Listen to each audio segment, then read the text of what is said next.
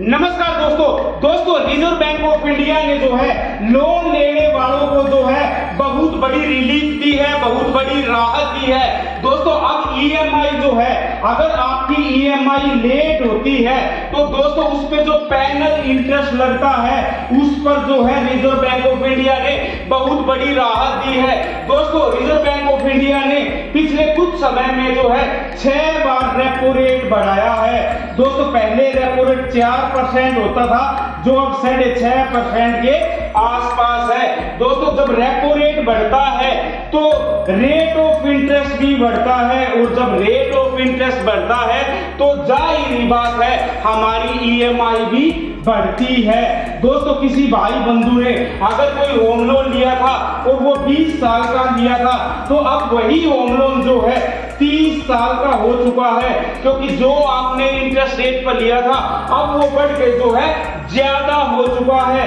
2019 में अगर किसी ने होम लोन लिया था तो 2023 में वही होम लोन जो है 6.5% से जो है 9.5% के आसपास हो चुका है, और जो 20 साल का होम लोन था वो 30 साल का हो चुका है। तो दोस्तों रेट ऑफ इंटरेस्ट बढ़ने से ईएमआई जो है वो बढ़ती है और हमारा जो बजट है वो भी गड़बड़ा जाता है। तो दोस्तों रिजर्व बैंक ऑफ इंडिया ने जो है वो बहुत बड़ी राहत दी है। अगर ईएमआई में देरी होती है तो बैंक जो पैनल इंटरेस्ट लगाते हैं उसकी बैंक को डिटेल देनी होगी, अलग से डिटेल देनी होगी, और इस पैनल इंटरेस्ट को जो है बिल्कुल ट्रांसपेरेंट तरीके से पारदर्शिता से जो है रखना होगा, लगाना होगा।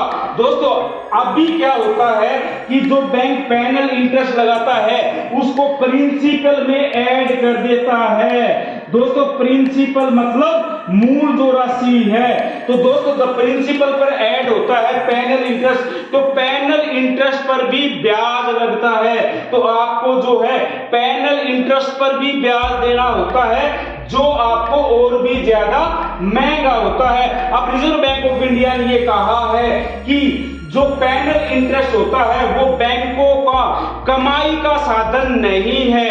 पैनल इंटरेस्ट जो है वो लोन में डिसिप्लिन बनाने के लिए है, तो बैंक जो है उसमें ट्रांसपेरेंसी अपनाए।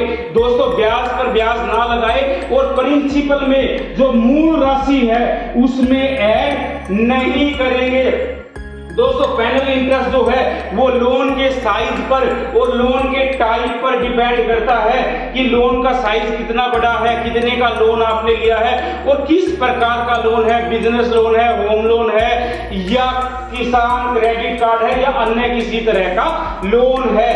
दोस्तों जानकारी कहते हैं कि ईएमआई पे जो है बैंक जो है अगर लेट होते हैं, देरी होती है तो 1 से 2% जो है पैनल इंटरेस्ट चार्ज करता है। और दोस्तों अगर किसी की ईएमआई जो है 25% है और उसको सालाना 24% की दर से जो है वो पैनल इंटरेस्ट लगता है, तो दोस्तों जो महीने की ईएमआई है वो 500 रुपए तक जो है महंगी हो जाती है और बैंक जो है उसका हिसाब किताब भी नहीं रख पाते हैं। तो दोस्तों रिजर्व बैंक ऑफ इंडिया ने बहुत बड़ी राहत दी है, क्योंकि रेपो रेट बढ़ने से रेट ऑफ इंटरेस्ट महंगा हुआ है, रेट ऑफ इंटरेस्ट महंगा होने के कारण ईएमआई महंगी हुई है।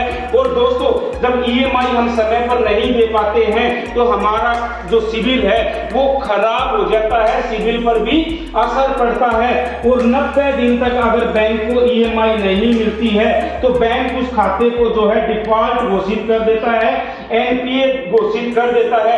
उसके बाद रिकवरी एजेंट जो है वो नियुक्त होते हैं, उसके बाद और भी कई तरह की जो है लीगल कार्रवाई शुरू हो जाती है जो हमारे ऊपर जो है आर्थिक परेशानी का कारण बनता है। तो दोस्तों हमें जो है इमरजेंसी फंड भी रखना चाहिए। कम से कम जो हमें सैलरी मिलती है उसका 6 मंथ जो है मतलब 6 महीने का जो है हमें एडवांस में ईएमआई जो है अपने पास जो है इमरजेंसी फंड के तौर पे रखना चाहिए, ताकि कोई दिक्कत परेशानी हो तो हम जो है उस मुसीबत वाले समय को बिता सके, काट सके। तो दोस्तों अब आरबीआई ने कहा है कि पैनल इंटरेस्ट जो है आप प्रिंसिपल में नहीं जोड़ोगे।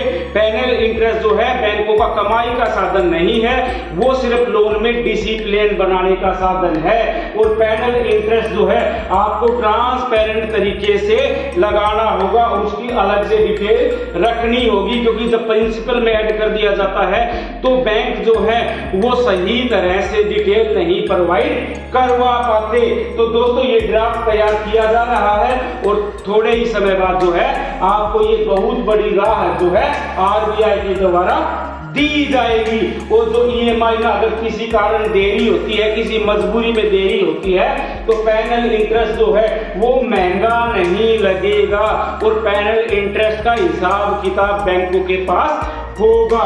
तो दोस्तों आशा है ये वीडियो आपको पसंद आया होगा तो चैनल को लाइक कर दो, शेयर कर दो, सब्सक्राइब कर दो, क्योंकि जहां वित्त है वहां वित्त कुंड है। ओम वित्ताय नमः। दोस्तों वीडियो को अंत तक देखा करो, बहुत काम आने वाली वीडियो है मेरे मुल्क के सम्मानित साथियों। अगर आप चैनल पर नए हो तो चैनल को सब्सक्राइब करने के साथ साथ बेल आइकन जरूर दबाएं ताकि हमारे नोटिफिकेशन आप तक पहुंच सके। ओम वित्ताय नमः। राम राम भाइयों।